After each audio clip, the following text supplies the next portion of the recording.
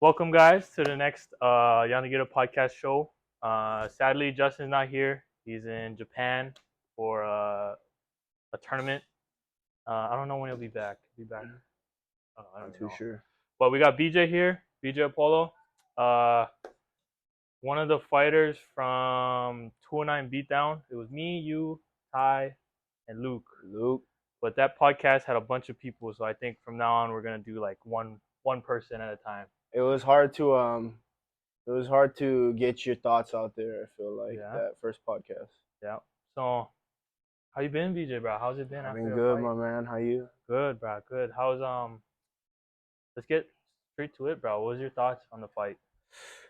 Thoughts on the fight. It was fun. I was nervous, I'm not gonna lie, I was nervous. I didn't let it show. Mm. I didn't expect him to be that. I think he was a little spooked going Yeah, in. I didn't expect that. It was bro. Cause after weigh-ins, like, and then when we fought, I had a feeling the guy was scared. now straight up, since from weigh-ins I I had a could feeling. tell. Yeah, from weigh-ins you could tell. I had a feeling he was Kind of scared of like you, he bro. never made eye contact and stuff like that. But I get it.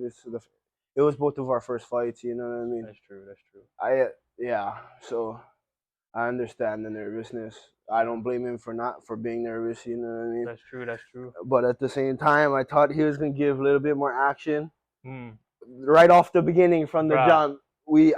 I thought we was gonna meet in the middle. You know? I what I mean? remember you was like pointing at the middle. He's like, come. Yeah. And So the guy never like meet in the middle. cause like so we go into camp. Yeah.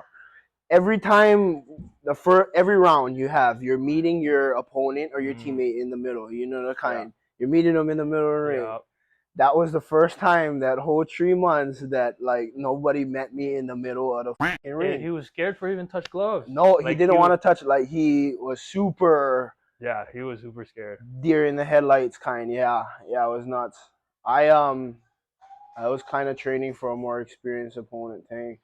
I thought I mean, can. That's true. Yeah, can second guess him. You know. That's kind. true. But it's good to have like those hard camps. Yeah, Bruh. not gonna lie, that camp I was getting worked. I was my confidence was catching cracks in the camp. I bet. Me too. Yeah. I There bet. was a couple of days where I was like, but straight up, I'm thankful that I kind of came to the realization that that fight was probably my easiest workout throughout the whole week, the whole 2 weeks in America. You know what I mean? Freaking. That was literally the easiest workout right there that Saturday night. That was. It happened so fast. Yeah. And as soon as you came in the clinch, I was like, oh, I felt him. Yeah, it's over, bro. I felt him because, boom, I felt it right there. The thing was tight and like I never feel locked that tight in a fucking minute. You know what I mean? Yeah. So once I felt it, I took it, boom, and then from there it was just all kind of.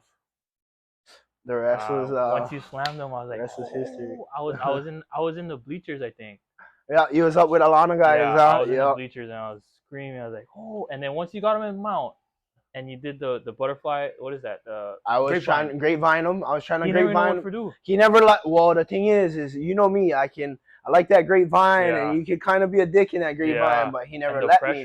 Yeah, he never let me, and we don't control elbows, so I kind of use the elbow for crossface, and the grapevine make space. That's true. Boom, and then I got into the mount, and usually I'm not that crazy when I get into mount like that. I like to be a little more conservative. Yeah. That was smart because he was like this the whole time. Yeah. And it was smart that you never go for the armbar. I never and we were talking about that. Yeah. Jake was telling me beforehand, go for the submission. TKO gonna be your best bet. Don't go for submission at all. Go for the TKO. Was smart.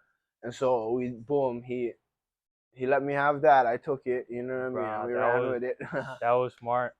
And like, how would you rate your camp? Like, was there anything you wish you did more of? Anything you wish you did less of? Like, how was your camp leading up to the fight? To be honest, bro, I feel like for my first camp, that was a really good camp. I was coming out no injuries. Oh yeah, that's important. I was feeling really good. My hands was feeling good. I feel like maybe I wanted to get a little harder, maybe a little more harder rounds in sparring with like Calais guys, get my ass whooped a little more. But at the same time, I think I did just enough. Like because I never overdo it too at the same time. You know what I mean? Sparring with Clay is freaking hard. Yeah, there was days where like in the camp where I was like, okay, you gotta take a break, bro. You gotta take a fucking break. And I'm thankful that I did take the breaks. You know what I mean? Because I feel like that kind of leads to injuries when you overtraining. When you overtrain, it leads to injuries, and I don't like injuries. That is my main thing. Is I always try to go uninjured. You know what I mean? Always healthy. But yeah, I feel like that fight camp was really well. I just wish I cut weight a little better. Let's talk about that. Beforehand. I remember yeah. We was in Stockton, and then I went to go hang out with my uncle in Sacramento. And you wasn't there. I seen you wasn't John's there, Instagram, and I see you laying in one towel. Outside. I was laying in a towel outside fucking Stockton, California. 100-degree weather. We was wrapped up like a mummy. Bruh. Yeah. We was going I think 15 minutes hot tub. And then like 15 minutes wrapped in a towel, but our Airbnb ran out of hot water. I remember that. So we never had the hot water the water started getting like tapped, you know what I mean? So we ended up just freaking taking the full bath, the full wrap outside, to the patio, and boom, we was out in the sun for maybe I think 20 minutes. And that's how long the weight cut took, like 20 minutes. Nah, no, fuck that. How long were you guys doing that process? We probably we woke up that day when we went to the sauna. We went in the morning. About 10. Like 10 a.m. 10 a.m. we went to the sauna, 10 to 12. So I say 10 to 12 we went sauna. Boom. That was a big one for me. Yeah. Those I think me and Luke ended up doing like 5 sessions in the sauna. 10 to 12 minutes in, and then 5 minutes rest. 5 rounds of that. Boom. That was a good one for get it started. Then when we got back to the Airbnb, me and John went outside. We didn't go hit mitts a little bit. Boom. In the long sleeves, a lot of that. So we didn't go get the blood flowing. Boom. And then after that, I kind of wanted for just cut the weight already. So we went straight to the hot baths right after that. Bruh. Yeah. So I think we went like 3 hot baths. We went 3 to 5 hot baths. And then the thing started like not being hot enough. So we kind of just took it outside. Makes sense. With the towels, it was 100 degrees. That's why. So we used that to our advantage. I remember because I came back home and I was like, "Where's BJ?" He's like, "No, don't bother him. He stays sleeping." I was sleeping. Yeah. So boom, we did that to maybe about I think 5, 6. Okay. Yeah. And then we was like, "Good enough. You good?" Yeah. They told me go sleep already. I shower, sleep, boom, and then that morning I woke up 55.8. Yeah. That's all you needed, bro. You had 1 pound allowance. Yeah. And how did that feel? Like how was your head? Like were you irritated? How much water did you lose? Within those 2 days. I honestly from the morning sauna till the next morning till we weighed in. How much you think water? Like what? 10, 8? I remember it was like 63. So it was like 8, 7 pounds. 8 to 10. 8 to 10 pounds. It wasn't anything too crazy. Yeah. I remember waking up and I was at that weigh-in. And we were waiting to go eat. We were done with the process and everything. And I was thinking about it. I was kind of reflecting over it. I was like, honestly, it wasn't that bad of a week. I thought it was going to be worse. I thought it was going to be worse. You know, like how you see Yoel Romero guys. Yeah. They cut a lot. Then I can make up to the scale and shit like that. So I felt like I was kind of preparing myself for that. That's true. And never like that happened. So I remember after that, John was making jokes of like, "Oh, we're gonna drain BJ for 45." I was like, "Oh, I don't know, bro." Honestly, I think I could. I think you could. We can go 45 next one or soon. I think so, bro. I think we're going 45 soon. You're gonna be super shredded at 45. Because I can walk around at about 65. Oh, that's good. I can walk around about 65. Oh, that's pretty good. Yeah, man. And then 45, I would like that. That would be fun. We would have fun at 45. Rick, bro. Speaking of 45, like, how's training been, and like, when are you looking to step back in the cage the next one? You know me, I like to get back in the ASAP, my boy. I remember. We was thinking about doing the Washington one, yeah? We was gonna go Spokane, Washington, October. Is that Proving Grounds? Proving FC, I think. But Proving FC, Proving FC. But I think I don't know, I haven't heard back from them. And then with all the stuff that everyone knows is going on right now, I haven't been training that much too. I just started getting back into it. So we'll see how that goes. I'm still down to make that. We can make that happen. Can't. But at the same time, I kind of don't like be by myself. You know what I mean? You thought about Nagas? No. I don't like. You like going the cage right away. I know, bro. I know. I like just bang.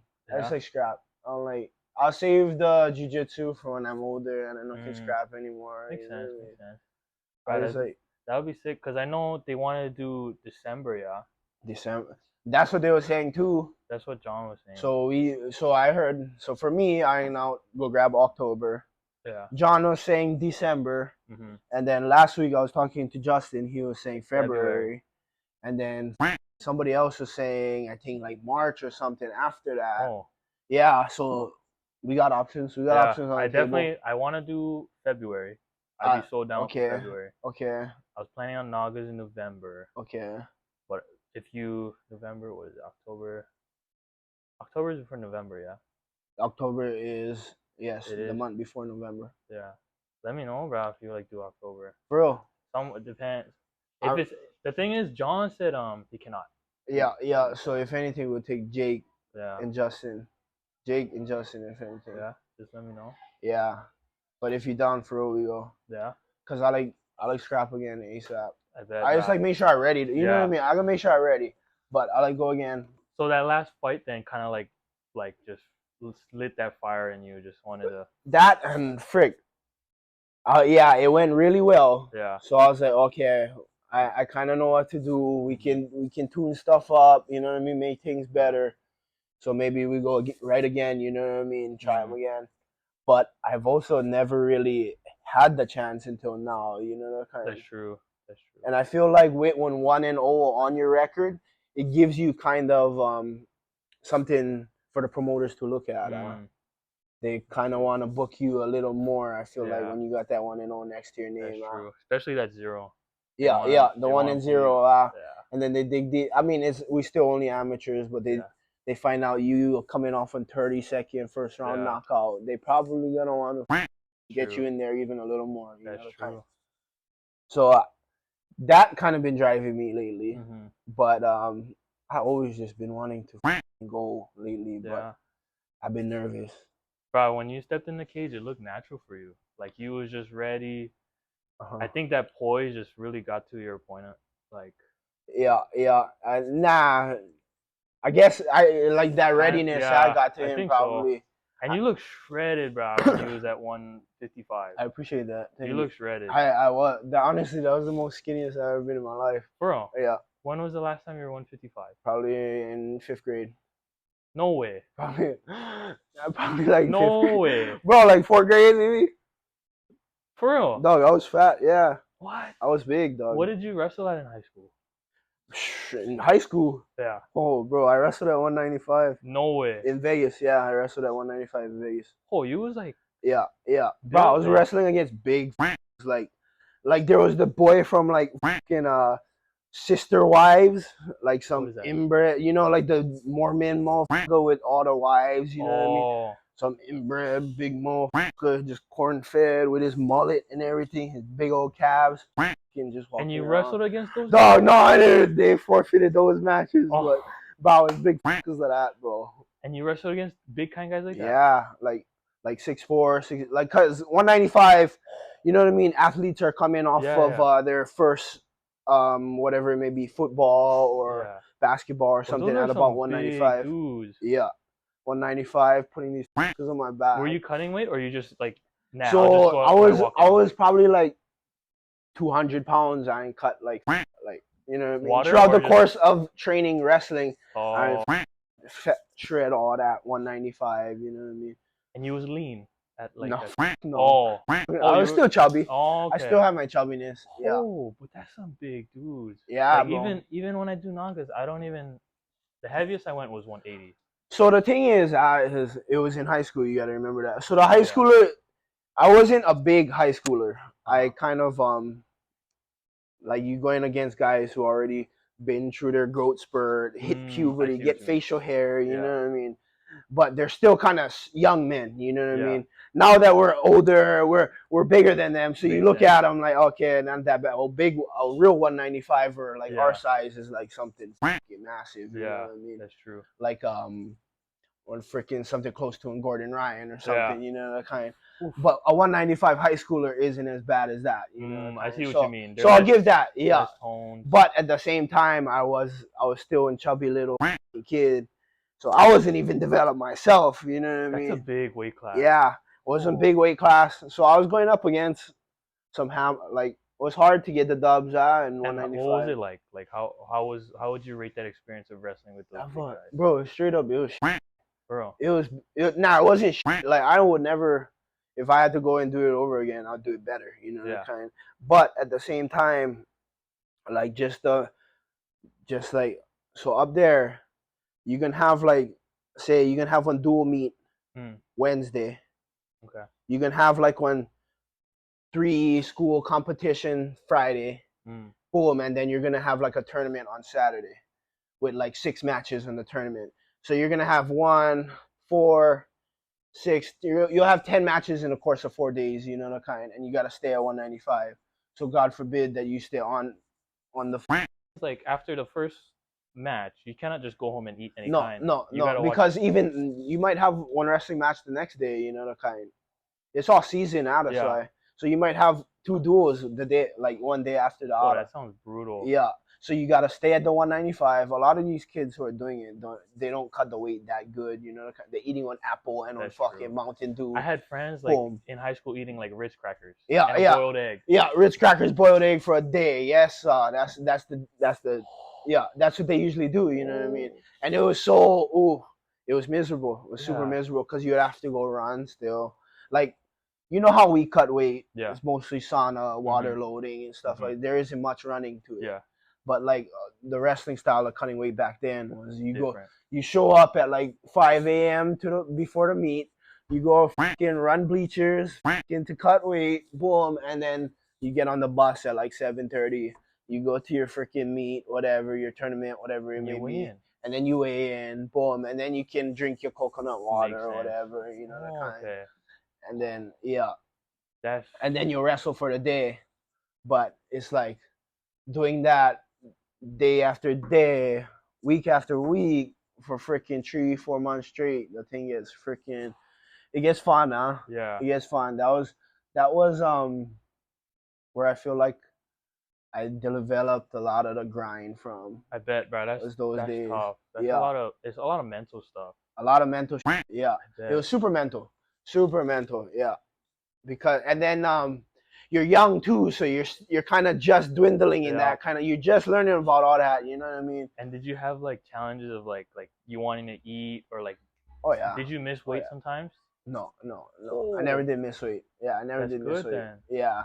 I never did miss weight. I'm thankful for that. But at the same time, I was wrestling 195. I better not fucking miss weight. That's pretty disciplined though. Yeah. So like, for the course of a season, like how long is a wrestling season? I think 6 months. 4 months. And you would maintain 195. Yeah, I was towards the end. I was maybe like 190, 192. Ooh. Yeah, I could have went to like 82. Was the wrestling, the weight class right below. But at the time, I didn't know like the importance of weight cutting and actually how to weight cut and how to weight cut properly at that. You know the kind. That's true. And like after season, did you like put on weight after, or was it like just stagnant? After season, I kind of stayed at about 190, and then so that was like during the time that I ended up changing schools. So I was up in Vegas. This was while I was in Vegas. So I ended up moving from Vegas out into Pahrump, which is like an hour away from Vegas. Oh, okay. It's like on the outskirts. Yeah. And then I ended up playing football out there. So I kind of maintained my weight too. You know what I mean? Football season was right there. So I was training the off season, maintaining that 190. Yeah. And then I was that whole year I was about 190 until. That makes sense why you just feel so strong, bro. I was big the whole time, bro. Like when I grapple with you, or like when you just get a hold of me, like I can just like feel your strength, or like even when we touch spar, you just land one like soft punch. I'm like, oh, like, you know for a fact you holding power. Like, you know what I mean? Yeah, yeah. Like, no wonder, bro. 195 and you walking around how much now? 70, probably 75 right now. Oh, 75. That's pretty nice. So okay, I don't really tell too much people this, but like, so I'm 27 now. Yeah. What? How old are you? 21. 21. I was 20, baby, bro. 21 years old. All right, 21 years old. I was about 230 pounds, dog. Oh, you came a long way. I was pushing P. You came 230 pounds, you came bro. along. 230 pounds. I had dreads, fucking man bun. I was going out to like the clubs in Vegas and shit. Yeah, I was drinking. It was super unhealthy. It was like I look back at it now. That is the years I'm definitely not proud of. But you came a long way, Robbie. I'm proud of you. Yeah, bro. I appreciate that. I appreciate that. It's the community I've built with people like you, the kind that bro, you're keep a me good going. person, bro. Yeah. Being around, I think if it wasn't for you and Ty and Luke, because if it wasn't for you guys, I wouldn't have stepped in the cage. Nah. Because then watching Ty and Luke fight, remember the one in Destiny? Yeah. I was still kind of nervous, but I was like, oh, I want to fight now. And even then, after that, I feel like you was nervous. And then when I heard you and Ty committed to fighting in 209, and then Justin called me and he was like, Jojo, BJ and Ty gotta fight. You like fight? I was like, I don't know. I'm kind of, I'm still nervous. And then when you guys got guaranteed the fight, and then Just was telling me, bro, this is the time. I was like, bro, I might as well. Yeah. Like, it was perfect. Yeah. Everything aligned all perfectly. Everything. It was effortless, kind of. Bro. Super effortless, like. And like, it was fun, bro. The house that we got. Yeah. Bro, if we add squid, sage. Bro, we're gonna make a team. We're gonna have a fun time. The next time we go, it's gonna be fun. Yeah, we're gonna have a fun time. And I remember we had to talk in the kitchen. Remember in the kitchen, we was like, bro, we gotta do this again. Like, we gotta go somewhere. Of course, yeah. We're gonna travel the world. We're gonna travel the world with it. We gotta. Even if we don't go far, just the journey, bro. West Coast, you know what I mean? We could go like Oregon, Washington, Cali, Corongo, Alaska. You know what I mean? Frick, no matter, bro. It's the journey, bro. And then make our way in. You know what I mean? Idaho, Nevada, Arizona, something like that. Oh, I guarantee, like Idaho, all the cold places gonna get like wrestlers. Yeah. White corn fed, bro. Gonna be getting wrestlers. White boys. Ooh. That's gonna be good fun. You fucking hit them, they're gonna turn pink. Yeah. That's true, bro. And like with the fights, like looking back at 209, what was something you wish you did better? Was there anything you wish you did better? Or you think everything went well and like everything happened the way you wanted it to? Like I said, maybe the weight cut. I could have done the weight cut better. Okay. We could have done the weight cut better. My cardio was looking good, but I feel like over these past couple months, I've been learning since that fight. I've kind of learned that my cardio could probably be better. My cardio could be better. Okay. And then I feel like that sets up for a lot more, you know what I mean, as far as what I'm capable of on the ground and with my hands too, you know, kind of. That's true. So my cardio definitely weight cut. And I feel like I honestly need to start getting a little more grittier with like grinding more on the wrestling. I need to wrestle more. Bro, when I wrestle with you, bro, you feel solid already. Yeah, but at the same time, I know like you can get better. There's good, I can get better, and there's good wrestlers out there. That's true. So that is another thing. That's probably the 3 I want to work on. That's good. This next upcoming. Since we're on that, talking about what you learned, like looking back at the fight and like the process, like what have you learned about yourself from the fight and during the process? Cause like it's hard and like you go through like the weight cutting, waking up for a double. Like, what have you learned about yourself? Ooh, that's some good one. Yeah, that's some good one. What have I learned about myself? Cause like sometimes, like even me, like waking up early is hard. Like sometimes when I train for Fight for Life, we wake up at 5. Sometimes those 5 a.m. is like, oh, I want to sleep in. I learned that this is a good one. I've actually learned that, you know me, I'm a very like.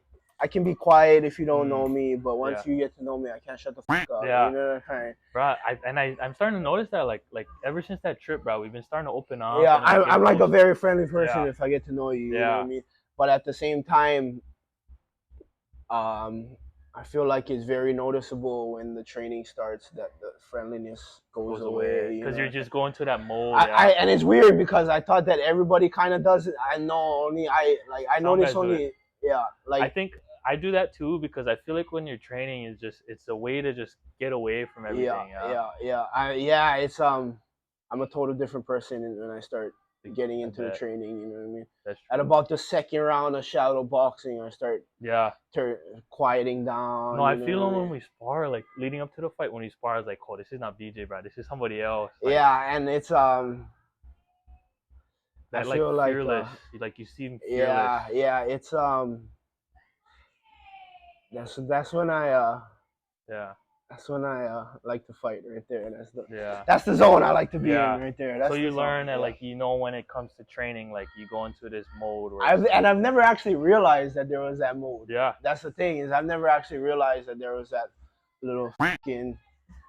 They call it Allen guys call it the alter ego. Oh, your alter. Okay. I mean, I can it's see like that. the opposite of you. I could see that. Yeah. That's good. Okay. So I have I get deep into that alter ego when it comes to training and fighting. Especially in camp. Especially in camp. That's when you gotta like and like I live an hour away, as you know, so I spend a lot of time driving, listening to my music, thinking, you know, the kind. That's true. So I get a lot into. That's when you get in the zone. Yeah, that's when I get in the head. That's when I get into my head, and I start the alter ego starts thinking. That's when you get in the zone. Kind. That's when you get in the zone. And I think that I think that every man should be able to let that alter ego out. Oh yeah. Let that alter ego shine. Big time. And with that being said, not too many men do let that alter ego shine. Nowadays, it can even be suppressed by society. And I feel like that is what leads to men acting out. Oh, you know that balled up rage. Yes. See what you mean. Because I feel like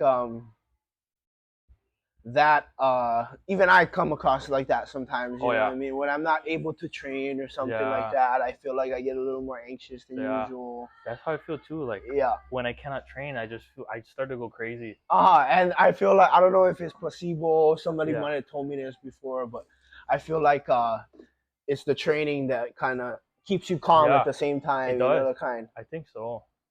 The training helps you. It's like a healthy escape, I guess. Healthy. Scapegoat. Yeah. What is the word I'm looking for? A way to relieve your stress and stuff like that. Yeah, because you can just hit the bag and just hit the bag, and then not only that, like when you start hitting the bag, the anger starts turning into like technique, you know, and focus. You start thinking, think about your technique, the next combination. Okay, I gotta throw this straight, you know, kind of pop it out a little more, or whatever it may be. Keep the elbow tight. So the bullshit just kind of just pops out your mind. You know? Nothing really bothers you when you're training. I feel like guaranteed. I bet.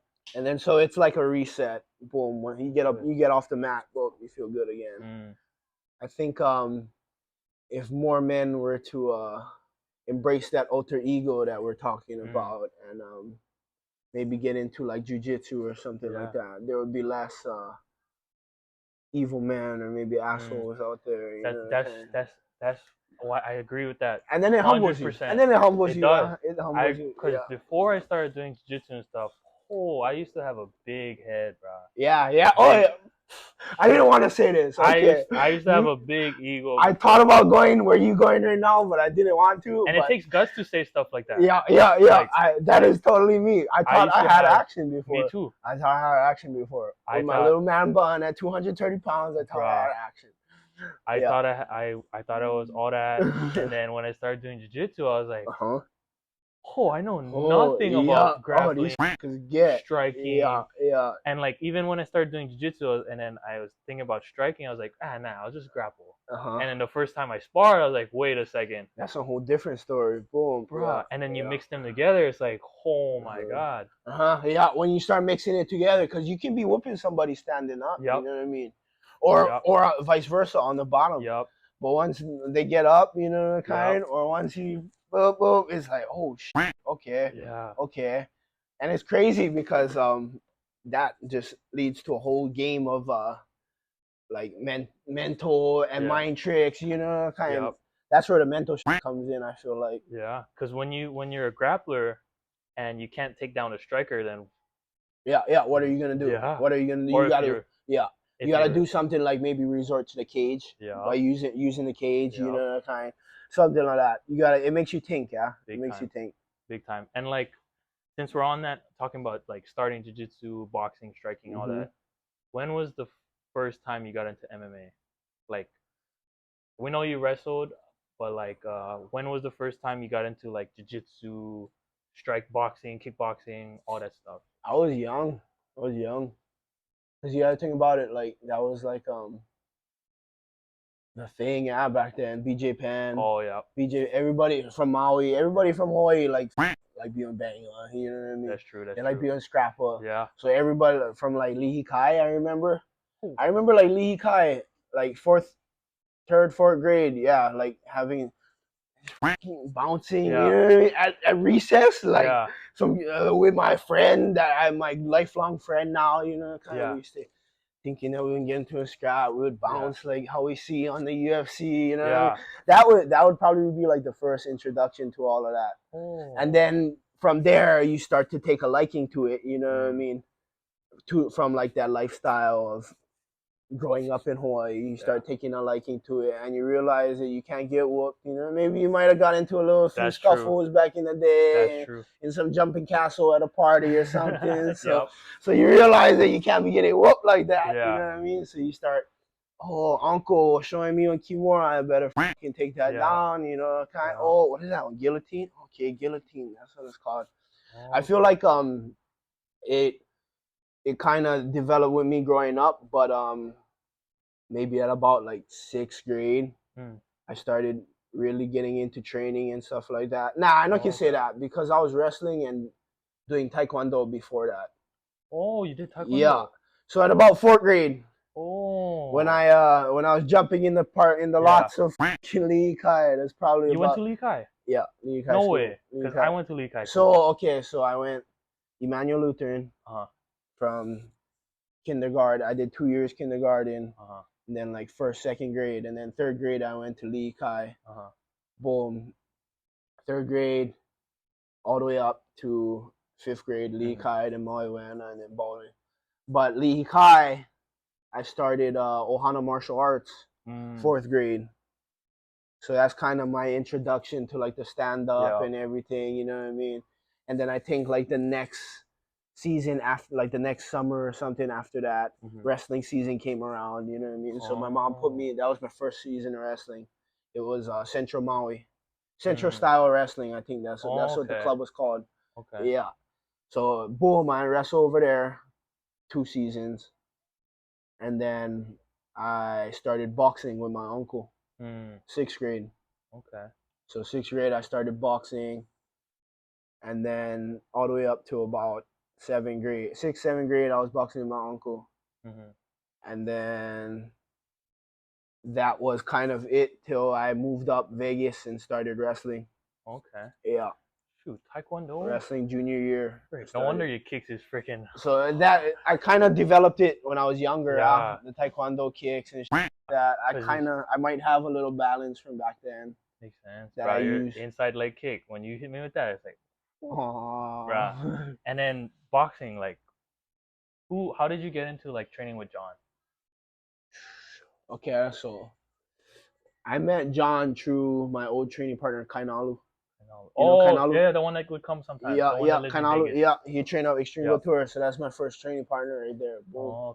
He's good too, bro. He looks That's good. My dog. Yeah, he's a killer. He's the reason why I'm pretty good off the cage and the wrestling and stuff like that. There was a lot of hours training with him off that cage and shit.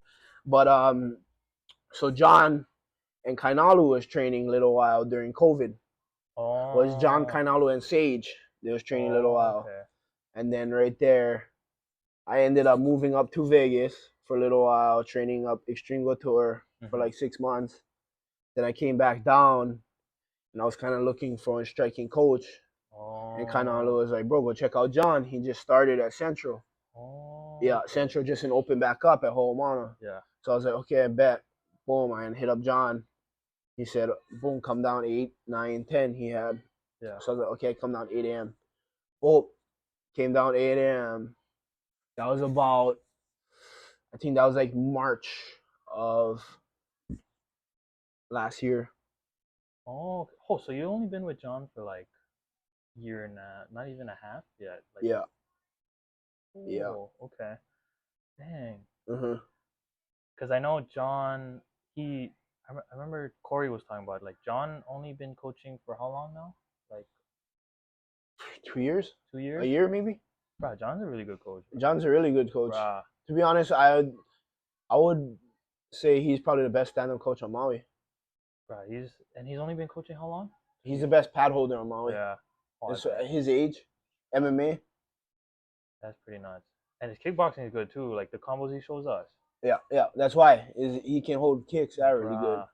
He holds the kicks really good, and then his hand, the boxing mitts that he holds is fucking second to none. You know what I mean? Bro. Yeah. So I really enjoy training with John. Me and John have a good relationship. We can break down. He's like, me and him are kind of on the same wavelength, so we know kind of what we're talking, what he's talking about. I know what he wants out of me. It's a good mesh. Yeah.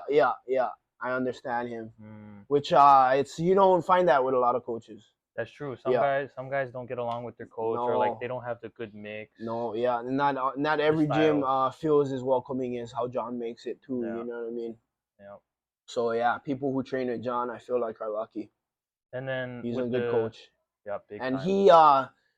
He doesn't do it for the money. He loves it. That's the fucking thing. That is why. That is why I fuck with John, because he loves it. You know what I mean? Yeah. Big time. And with the training, like you were talking about Kainalu he's at Extreme Couture, and like I remember after we fought, you said you went to Extreme. For how long? Like a week? I only did 2 sessions at Extreme. Okay. Yeah, we only did 2 sessions. Okay. We went one bag class. I ended up meeting Kainalu and Apolo on bag class. Okay. That was ran by Maki Pitolo. He was a UFC fighter. Oh, the one from Oahu. Yeah. He's a good coach, bro. Guaranteed. He breaks down good too. Yeah. And he's a proper coach. Straight up. He's funny because I think he's gonna be a good coach. I don't know if he wants to be a coach or what, but he's just one of those smart like guys that knows. Yeah, and then like when you're talking to him, you understand what he's saying. You know what I mean? You can kind of see the shit playing out. Yeah. But I ended up hitting a bag class with them, which was really fun. I met a couple brothers and sisters from Oahu and stuff like that. And then I went Thursday night. So up there, I ended up trying out for the amateur team. How'd that go? The amateur fight team. I ended up making it. It was good fun. Okay. Yeah, so I trained with them. Bro. Yeah. So Tuesday, Thursday was amateur fight team night at 8 a.m. 8 p.m. So I ended up jumping into one of those classes while I was up there this past time. It was on Thursday, so that's on spar night. So we had I had some good fun. It was super good fun, bro. I got some good rounds in. It was some rounds I needed too. Bruh, and that's what we need sometimes. Those tough rounds. Yeah, I like taking you up there. We go. Bruh, we go I'm down. There. I'm down for going time. You just gotta fucking bang it out, but you can do good. Don't worry. That's the only way to get better, bro. Yeah. I think we go up there one day, bro. We go spar with the Army team. You can, bro. I'd be down. You can. I'd be down. You can give them action. And like with the fights, I'm gonna segue from the fights. So now we know, like, do you have family in Lahaina? I have a couple family members that lost their home through all this. Sorry to hear that. It's all good. They're in good health. They staying in a shelter? They're staying with family members out in Kihei. That's good. Yeah. Because I remember you helped with the gym, do some stuff. Yes. I always see on your Instagram like carrying stuff, bringing to Lahaina. Yeah. Posting stuff. Like, what was it like just to help spread awareness? Like, what to do and how to help? Bro, that was crazy. It was fucking crazy, dog. I know. I would see, like, I remember seeing on Instagram you going down the highway. Had all the cars lined up and you just going by them. It was fucking getting the propane, the gas. Okay, so all the traffic water. From the tourists. Yeah. The traffic from the tourists was another thing. They should have done something with the tourists out in Kaanapali and all that. Yeah. So that was a crazy thing out there. Cause I went out there pretty early before all of that shit, like before FEMA and all that shit. So I got to see like how fucked up it really was. Yeah. And I was like, okay, yeah, I don't think fuckers belong out here. You know what I mean? It's dangerous. Belong out here. But yeah, it was just like you kind of growing up on Maui, you kind of know places like Front Street and shit on the back of your hand. Certain places like that on the back of your hand, bro. You know, crazy because you know you can kind of recognize it because you know the layouts of like the building and stuff like that. Oh, that door was there. You know, like when I see bubblegums and shit. Front Street. Front Street. When I see that, I'm like, oh. So that is it's super crazy to see because that was something that was there your whole life. You know what I mean? I was just walking down Front Street, literally Father's Day. Father's Day, we didn't go walk down Front Street. You know what I mean? I was getting ready for our fight right before we left. And so it was like, holy shit. Like, you know, you as a Maui boy see like the crazy fucking videos and the crazy movies, you know what I mean, of all the natural disasters and bullshit happening in Hollywood or wherever the fuck it may be, Oklahoma or whatever. You would never expect it to be in your backyard, bro. Yeah, I know. Seeing all the videos is like. Yeah. That's the thing is I was tripping like you never expected to and be. you got to see it. Like, in person. Yeah, it was like driving to a fucking third world country because you had to go backside. It looked like a war. Yeah. So at the first couple of days you had to go Kakaloa. All the way around. Yeah. So it was like driving. Yeah, it was like driving through a fucking portal into a third world country. Like you get out and brah, there's just people lined up like all like just in distress. You know what I mean? As soon as you hit like DT Fleming's and shit like that, there's that school. Maui Prep. With the Puel. Yep. So I had all the people just lined up, sitting there, fucking sick. You could tell they was just sick. You know what I mean? Like don't even know what to do with their life. They still don't even have service. Like, so I think they were getting shuttled out already. Yeah. I think they were getting shuttled out, which is a good thing. But like from there, you kind of already was just bad, and it just kept on getting worse the further you kind of went in. You know what I mean? And then like it was just like crazy. But I'm sad because I lost one of my football teammates. Yeah, I lost one of my football teammates in the fire, but at the same time, I wish the best to that community, bro. It's fucking crazy.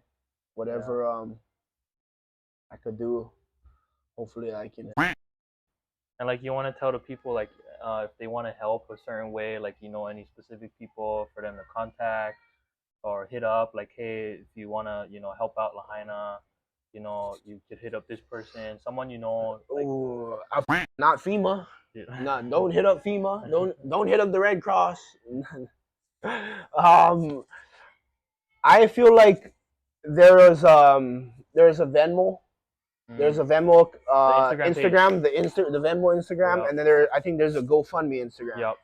I would, if I had a good amount of money to donate, I would probably go to the GoFundMe Instagram, and I would try to look for the families who don't really have that much notoriety as far as like social media presence and stuff like that.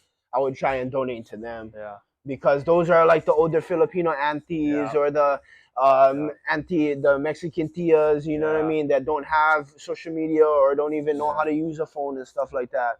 But they still need to get back on their feet. I feel like those are the ones that are gonna need a lot of help because they're going through a lot, and then on top of that, not getting the help will kind of put them through much more mentally. You know what I mean?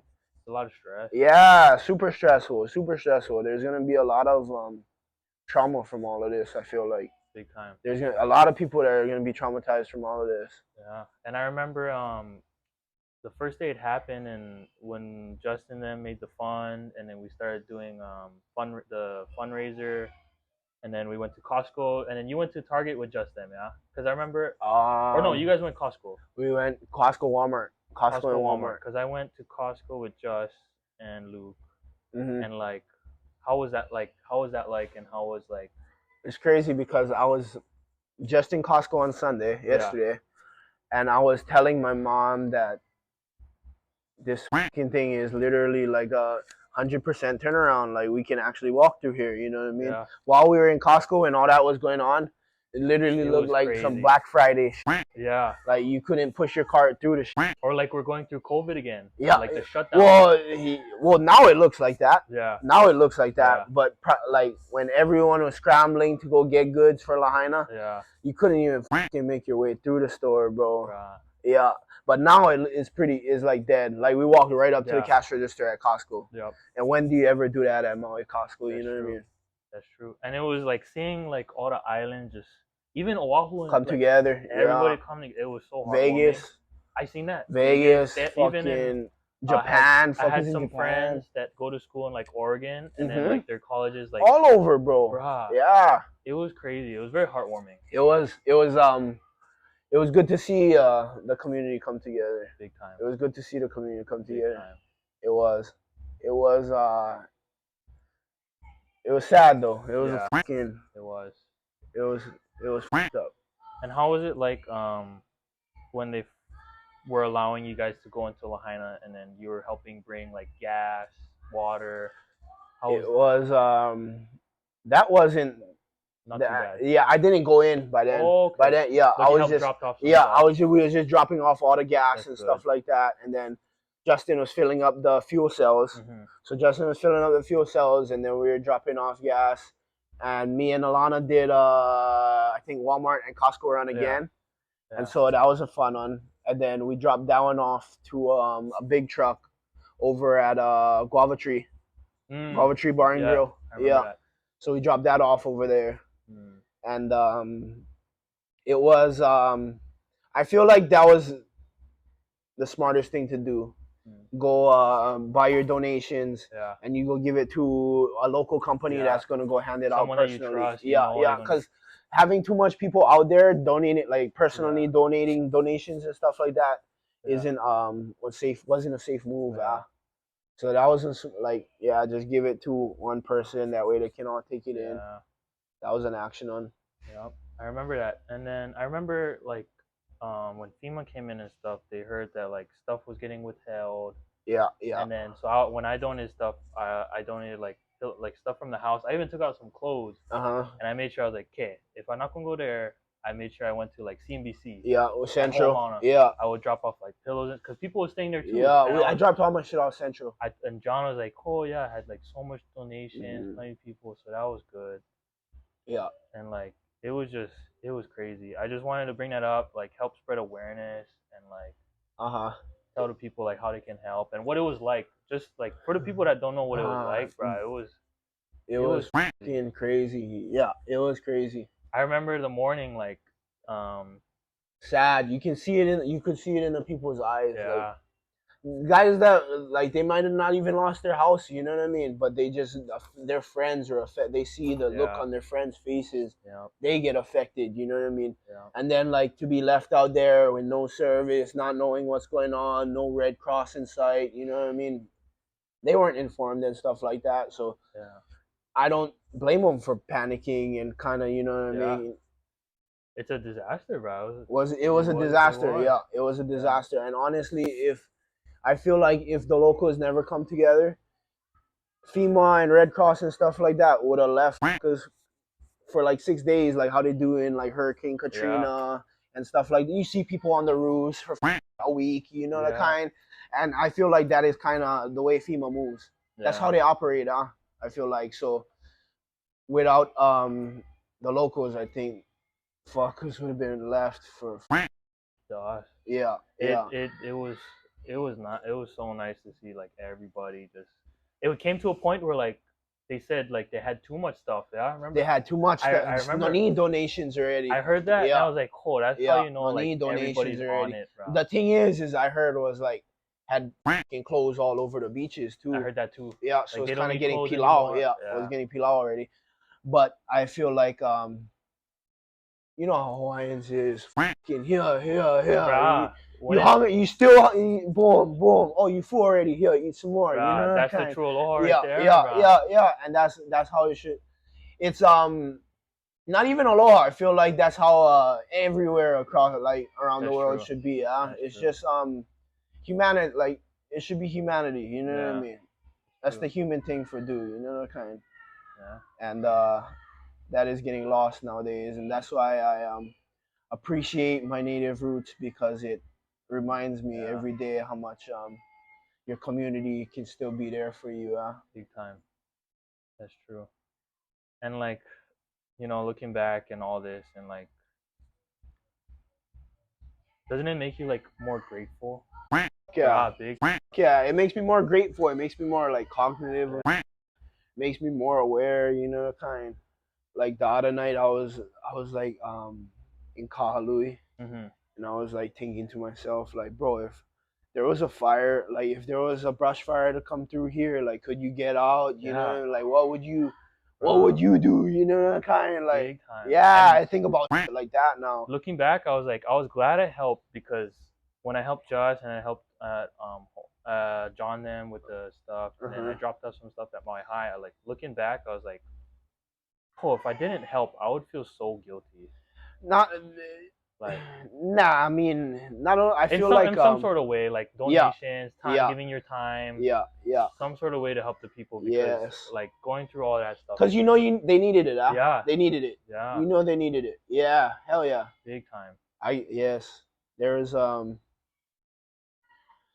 I don't regret helping them. I wish I could have helped more. You know, I still look on. You know, and I going from here on out, I want to help more. You know what I mean? That I feel like that alone, all that kind of stuff, kind of opened my eyes to a positive perspective on stuff like community service and shit like that. You know what I mean?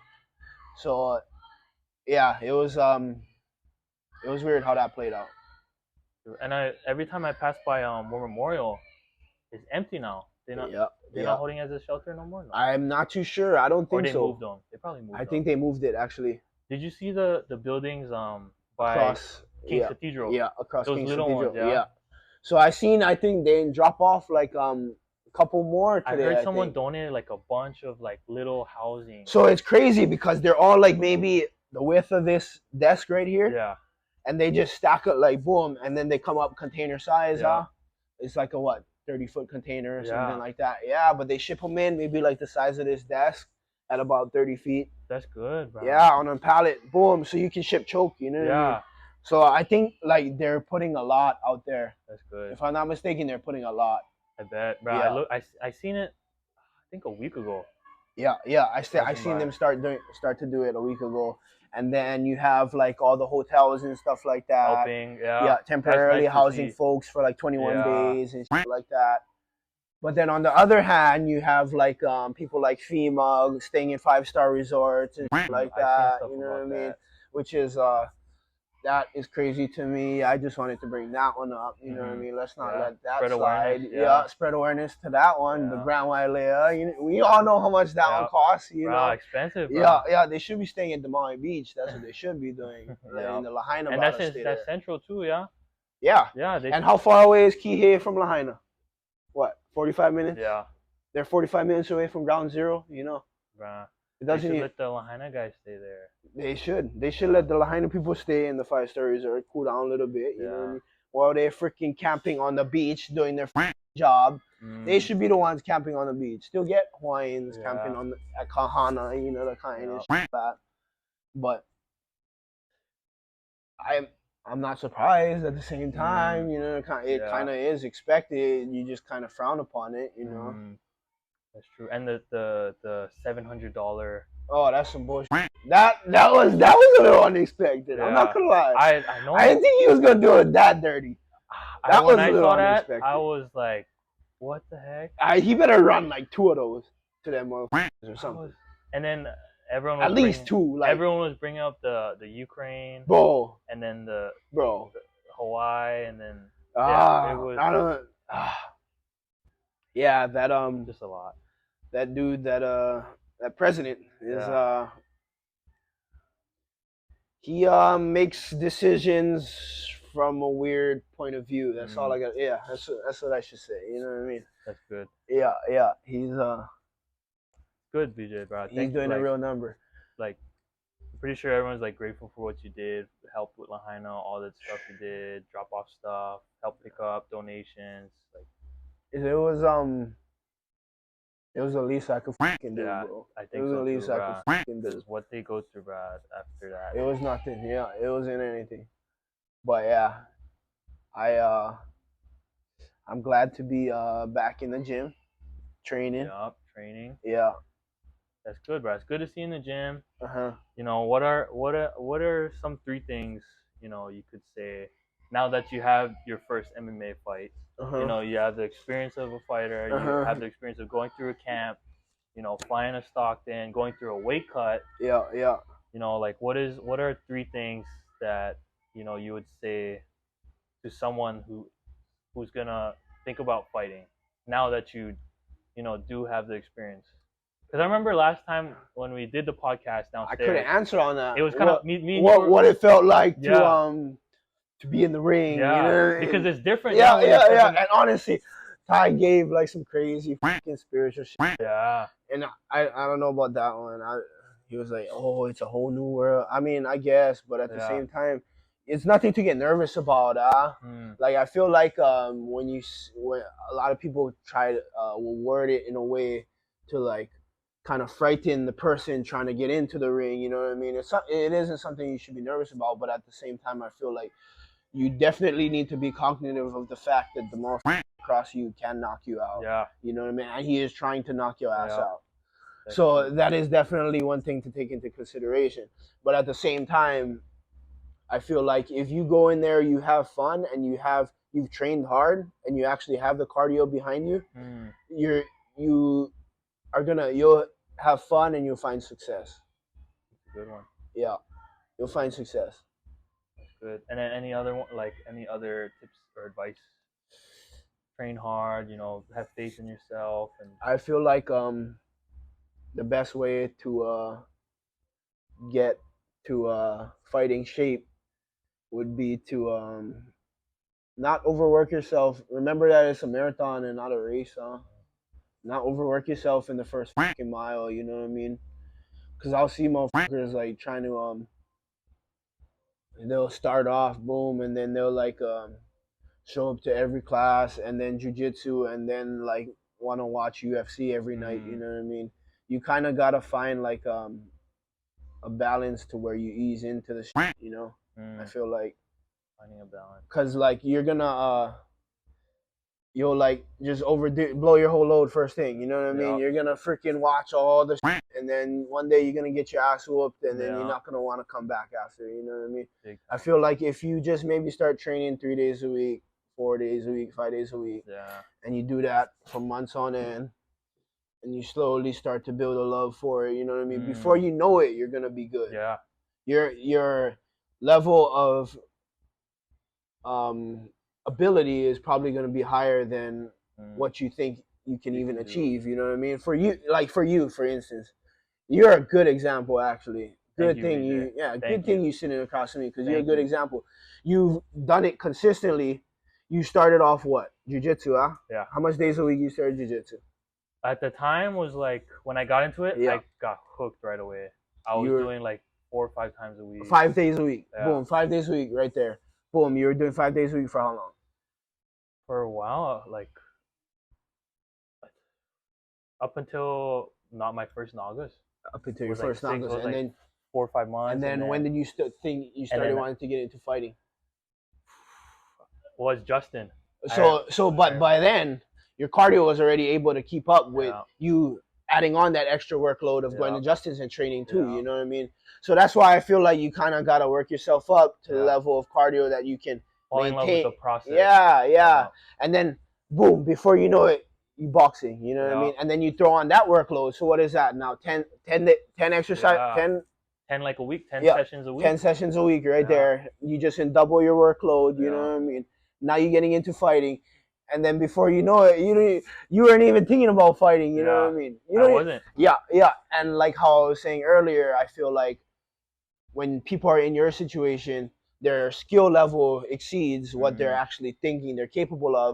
Which in your case, that is definitely true because you're way better than what you think you are. You know what I mean? Like how I tell you, yeah. Like how I tell you, you gotta fight with confidence. I remember everyone tells you that. You told me that, and then like. And then once you started doing when that, I do that, it was just like, bro, you was piecing fools up. It just came. You was piecing fools up. I remember there was one dude.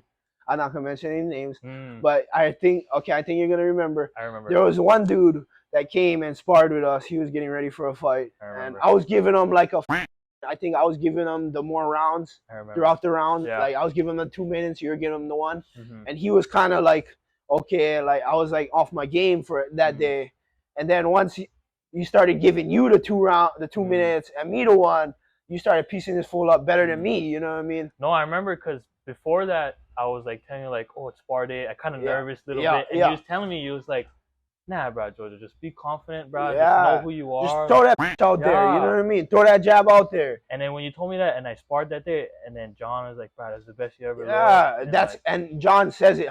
John says it to you too. You know what I mean? You don't realize how good you are. You know, until you're confident in yourself. And I feel like the slow progress is what's going to build into that. I think so. That's kind of what I observed. The marathon, not the sprint. The marathon is the one because. If you wanna fight, you gotta 3 years training, around 3 years of training before you step into the ring. You know what I mean? Some people will say 5. Yeah. I think you can get it done in 3, 2. Yeah. I don't know how much you had. I would say I've been doing jiu-jitsu for almost 2 years. Okay. And boxing about a year. Okay, so about 2 years. Yeah. So that's about it right there. That is a long time, bro. Yeah. That is a long time. That's a lot of training sessions. Oh, yeah. A lot of training sessions. A lot of times that you've told yourself, maybe I might just stay in bed today. Yeah. You know what I'm saying? Bro, those days are hard. Yeah. So with that being said, you got to kind of spread it across the board, you know? Yeah. Not overtrain. Not overtrain. Get the rest. Because I'm sure you can attest to this. You take 2 days off, you feel better on that Monday, you come back, you know? You're like, oh, okay. Yeah. Okay. But you go. Sometimes you would go like 6-7 days a week. You start feeling. Yeah, you see the. Yeah. I remember that. It's real. The overtraining is real. It is. Unless you worked up to that workload. Yeah. Which I feel like people like Gordon Ryan kind of do. Guys who've been in it for 10. You know what I mean? That's their lifestyle already. Yeah. 10 years plus already. Yeah. Crazy, bro. It's been a long ride, bro. I can't wait to freaking jump in the cage again. See you guys in there. Yes. Can't wait to see you in there. Frick, I can't wait for our next one, bro. Yeah. I can't wait for the trip. The team, our team gonna be big. Funny, because I was everyone asked me. Of course, everyone gonna ask you too when you come back. Oh, how was your trip? You know what I mean? Funny because I've come to realize that the best part of that trip was spending the time at the Airbnb with you. And then the week after with all my crazy ass family, you know what I mean? Just in traveling wherever we were up there. I feel like that was the part I enjoyed the most about that whole shenanigans. Yeah. Because that fight night was only like what? Was like probably like 3 hours, 2 hours. That's like not even a day's compared to our whole trip there. No. It was just like the it was like the whole Ike of our celebrate. It was like the closeout event of the drive to Stockton was fun. Yeah. Everything. Airbnb. Everything. The cut weight. Everything. It was all good. It was all good time. It was crazy. And it was funny because when we were sitting in the weigh-ins and like just seeing everybody, it was kind of weird, but it was cool at the same time. Yeah. And talking with them in the back is like, oh, these guys is real, nice guys, cool guys. Yeah. Everyone. Well, the thing is, everybody get action, huh? Yeah. So everybody gotta be respectful. Yeah. Bruh, it's crazy. And like, for the people watching, like, you know, where can they how can they find you? Instagram, you know, Facebook, or like. You can find me Instagram at bj.apolo, APOLO. Hit me up, like, comment, subscribe, Yeah. But pretty soon we're gonna be back in there, bro. Yeah. Pretty soon we're gonna be back in there. I don't got no Twitter. I'm sorry. You can find me on Facebook if you want. That's for my family. Yeah. Don't bother me unless you're my auntie on Facebook. Yep. And like anything you want to say, like shout out especially right now, like after the fight, family and stuff, and like anyone you want to shout out, Shout out to my family. Thank you guys for coming. Thank you guys for making it happen. Yeah. Shout out to my teammates. Yeah. Thank you guys for making it happen. Of course. Bro. It was fucking fun. It was. Shout out to everyone who supported me straight up. It was crazy because I was having a conversation with my homie the other night. I was telling him I don't know how to fucking show the appreciation I have for the people that simply reposted my shit. You know what I mean? And he was saying that you show that by just getting back in there and fucking banging again, which I hope I can do soon. But I appreciate you guys. Thank you. I appreciate all the support and the love. It burns a fire. Like that's probably why I want to get back into that bitch again. Just having the right people around. Yeah, and then having all the right people around. It was such a good vibe, bro. Yeah. It was all fucking good energy the whole time. I know, just like eating at the house. We was all cooking dinner. Shopping. We were shopping like some fucking grown ass man over there, you know. And we was like, "Oh, John, we can eat this." Yeah, or like, "Oh, can eat this." Yeah. That was fun, they were buying like cakes and strawberry shortcakes while I was John with his strawberry ice cream. Bro, that must have sucked. That's why my weight cutting is gonna be on point next one, so that the time we get to the Airbnb, I can eat ice cream. I was telling John, I think next one I'm gonna do 55. You can do 55. I hope so. You can. Bro. My goal, Nagas, is do 60, 59, 60, because they go by 10. Yeah. And then if I get comfortable with that and get used to that, then maybe 55. You can. I think so. When was the last time you was 55? Like freshman year, sophomore year, high school. Oh, that's not that bad. I think so. Not too bad. That's not that bad. I hope so. Yeah, bro. Thank you for coming out, BJ, bro. I appreciate you, bro. I look forward, dog, Jojo. I look forward, bro, to our next time in the Keys, bro. It's gonna be soon. Bro. We're gonna have fun. I can't wait, bro. Thank you guys for coming. We appreciate you guys. Yes, have a good one.